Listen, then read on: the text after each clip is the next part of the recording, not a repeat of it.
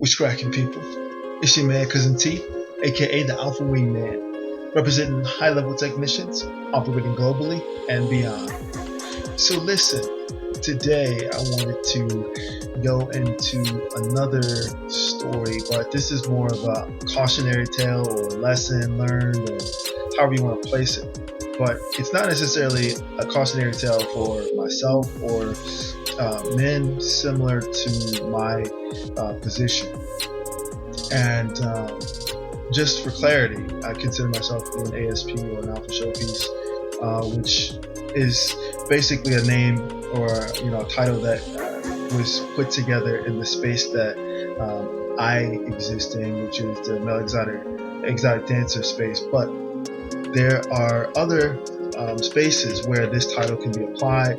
Personal trainers, you got models, you've got student athletes, you've got all types of men from all types of social spaces who have worked on themselves, and they have trained and developed themselves in such a way that highlighted their optimal features. And that's probably the easiest way that I can break down what the ASP means. So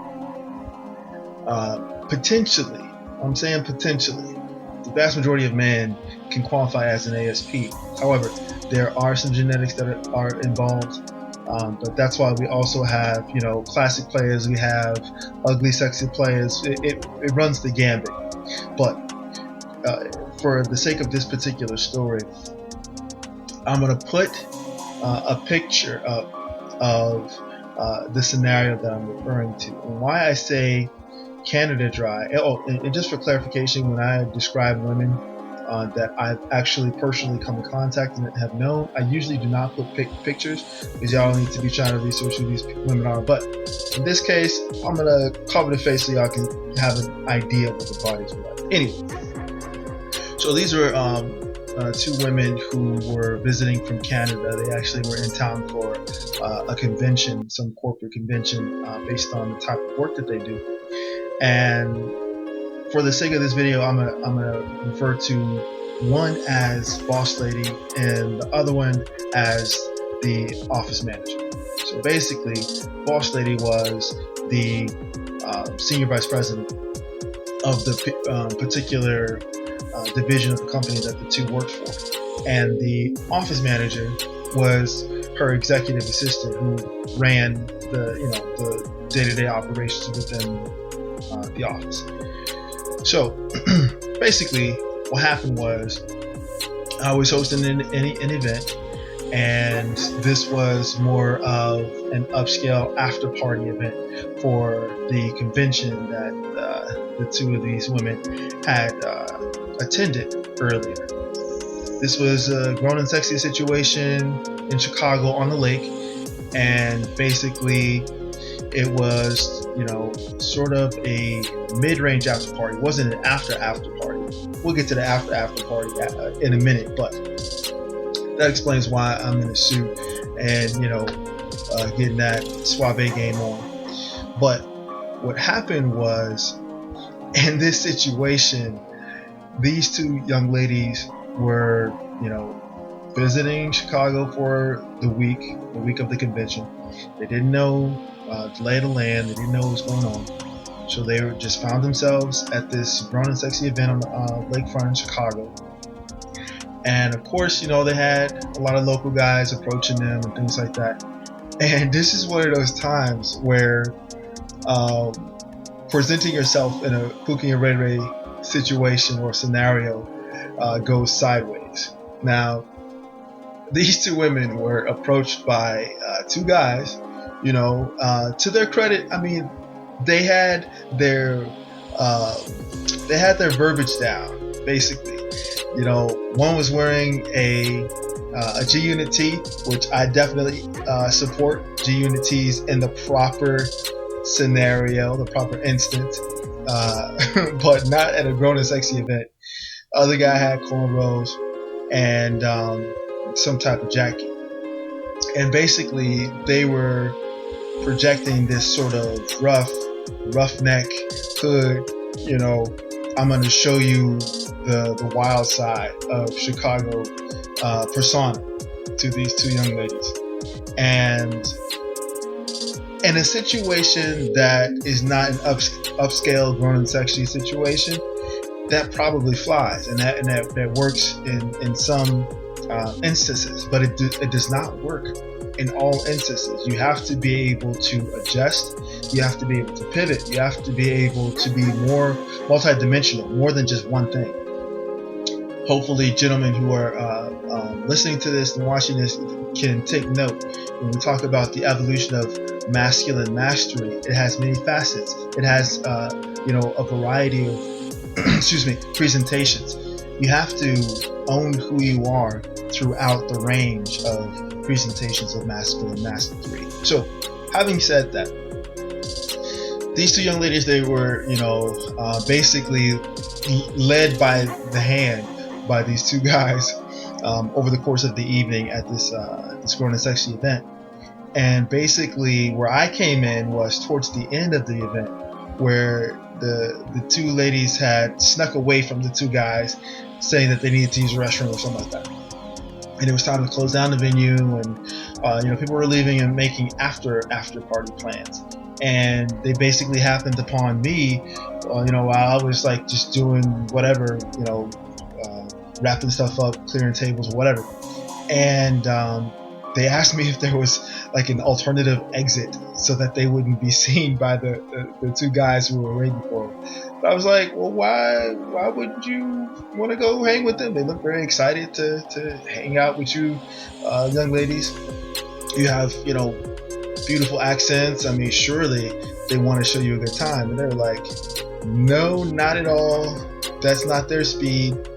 And then, one of them started eyeballing me. It was Boss Lady. So, just to the side, there's another sort of video or podcast series that I'm going to do regarding female hierarchy. And basically, when you have the Boss Lady or the Queen Bee up top, all of her subordinates fall in line. And whatever she says, it becomes, the rule of law. So, since Boss Lady, scanned me, obviously I was wearing a suit or whatever, and she wanted to be away from Boogie and Ray Ray presenting guys in that particular scene. She asked me what I was doing after wrapping up this particular event. I was like, hey, if you want to do some after party stuff, I know this spot right downtown. We can hit this rooftop joint and it'll be nice. They were like, cool. So show them the alternative exit. They leave, and actually what happens is I ended the two guys who were like following them around the entire event earlier ended up walking around to the cab stand, because that's where parking, valet, and all that stuff is. And we exited out of the alternative exit at the same time that those two guys were making their way around to valet. So we actually ended up passing those two guys. And what I did was I grabbed the arms of both of the young ladies and, made sure that we were engaged in conversation as we blew past those two guys. So basically I wouldn't say it was dirty macking or, I swooped in and saved the day or whatever. It just was what it was. They didn't have the right energy to maintain the presence of those particular ladies. They could maintain the energy of some other types, but for the purpose of this story, that's what had happened. Anyway, got them into a cab. They made it over to the venue before I did. I still had some stuff to wrap up. Fast forward. I make my way over to the venue. Of course, it's upscale, overlooking the city. Beautiful spot. I think I'm gonna do a field trip over there and have video and pictures so that you guys can see this grown and sexy spot. But in any case, we get to conversing. They buy my drinks and all that good stuff. And in the conversation, a discussion about our backgrounds came up. So we're on the couches, sipping our drinks, enjoying the scenery and everything like that. And the office manager talks about how she's married and how, she's looking for more excitement in her marriage. And basically, she got married because of pressure and things like that. They're both from Guyana originally. So their families are from Guyana and they moved to Canada. That came out over the course of the conversation. And also, the boss lady, she was lamenting about the dating scene in Canada and everything like that. So since we were on the topic of background and, the drinks were flowing and everything like that, I was like, hey, by the way, I do a little extracurriculars and everything like that. And such and such. And I happen to have some videos on my phone at the time. So flip that out, let them get a little taste of, Scorpio in action. And inevitably, that ASP Holy Ghost came out and started making them confess. Okay, I'll do an entire different podcast about that ASP Holy Ghost, but it's a thing. So fast forward, and the conversation definitely switches to sex, modern sex, married sex, single sex, blind date sex, dating app sex, and basically the difference between the female climax, orgasm, and ejaculation. And so basically we got into a discussion about what the differences are, because believe it or not, gentlemen, most women don't even know the difference between an orgasm, a climax, and ejaculation on the female side. But fortunately, you are sub to the Patreon. So let's go into that right now, starting with the orgasm.